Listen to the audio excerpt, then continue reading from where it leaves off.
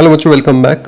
आज के वीडियो के अंदर हम effects of oxidation reactions in everyday life लेने वाले हैं। इसका जो पहला टॉपिक है वो है कोरोजन और दूसरा जो है वो है रैंसिडिटी। तो स्टार्ट करते हैं अपना नया वीडियो। सबसे पहले हम समझ लेते हैं कि यहाँ पर हमारा कोरोजन वाला टॉपिक हम समझ लेते हैं। तो कोरोजन का जो सबसे फेमस एग्जाम्पल है वो हमारा रस्टिंग ऑफ आयरन है। तो यहाँ पर हम क्या देखते हैं, यहाँ पर हम देखते हैं कि जब हम आयरन आर्टिकल्स को लेते हैं, they are shiny when new but they get coated with reddish brown powder when left for some time. तो ये हमें पता ही है कि किस वजह से होता है, हमने लास्ट क्लासेस में हमने पढ़ा ही है। जब हम आयरन आर्टिकल को या तो एक्सपोज रखते हैं एयर के अंदर और वहाँ पर हमारा वाटर वेपर अगर प्रेजेंट है तो हमारा ये रस्टिंग हो जाती है।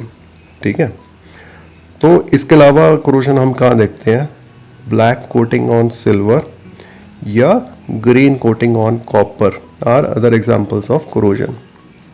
तो हम कोरोजन की एक बार डेफिनेशन देख लेते हैं। When a metal is attacked by substances around it such as moisture, acids, etc., it is said to corrode and this process is called as corrosion।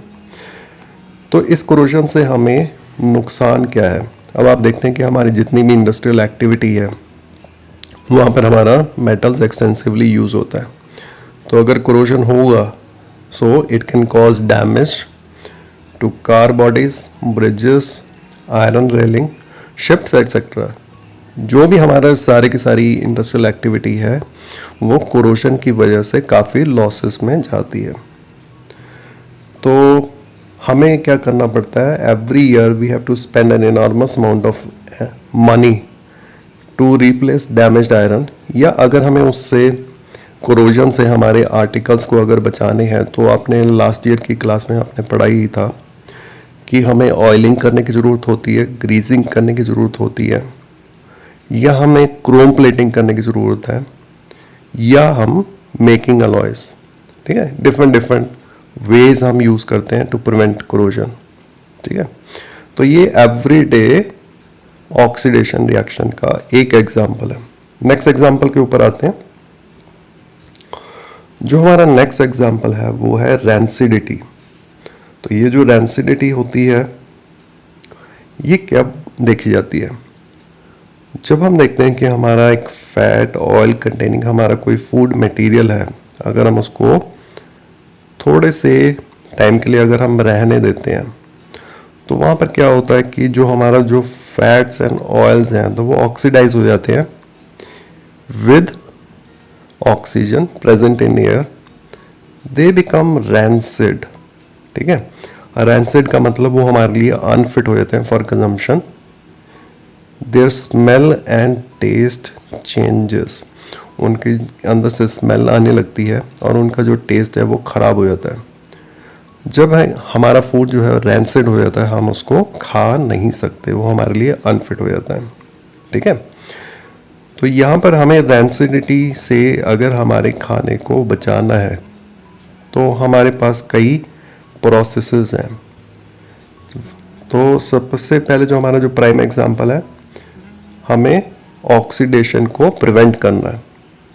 तो यहाँ पर हम डिफरेंट वेज पर हम देख लेते हैं कि कौन कौन से वेज हैं जिससे हम रैंसिडिटी को रोक सकते हैं। तो सबसे पहले वाली जो बात है, हम एंटीऑक्सीडेंट्स यूज कर सकते हैं।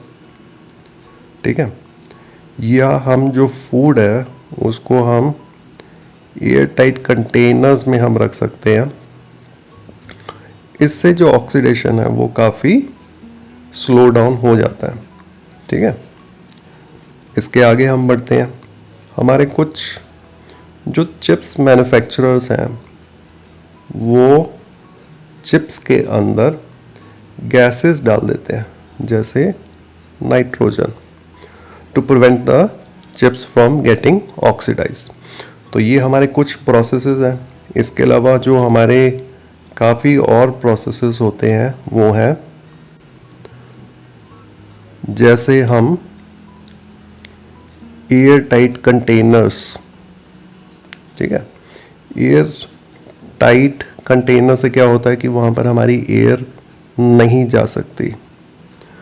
दूसरा, बिकॉज ये सनलाइट की वजह से रेंसिडिटी काफ़ी प्रमोट होती है, तो अगर हम डार्क प्लेसेस पर अगर हम चीज़ रखें, अगर हमारे कंटेनर्स हैं, अगर उनका हम डार्क कलर अगर यूज़ करें तो हमारी रेंसिडिटी जो है काफ़ी स्लो डाउन हम कर सकते हैं।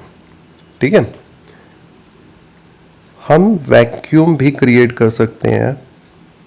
वैक्यूम पैक अगर हम करते हैं तो हमारी जो रेंसिडिटी है वो स्टॉप हम कर सकते हैं। और लास्ट वाला पार्ट, लो टेम्परेचर। ठीक है, तो लो टेम्परेचर पर अगर हम चीज़ें रखते हैं तो हमारी रेंसिडिटी काफ़ी हद तक रिड्यूस हो जाती है।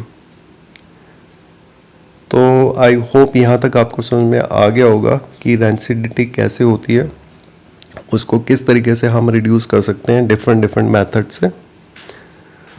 अगर आपको कोई डाउट हो तो आप मेरे को कमेंट सेक्शन में कमेंट कर सकते हैं। I will get back to you. Thanks for watching my video. Thank you once again.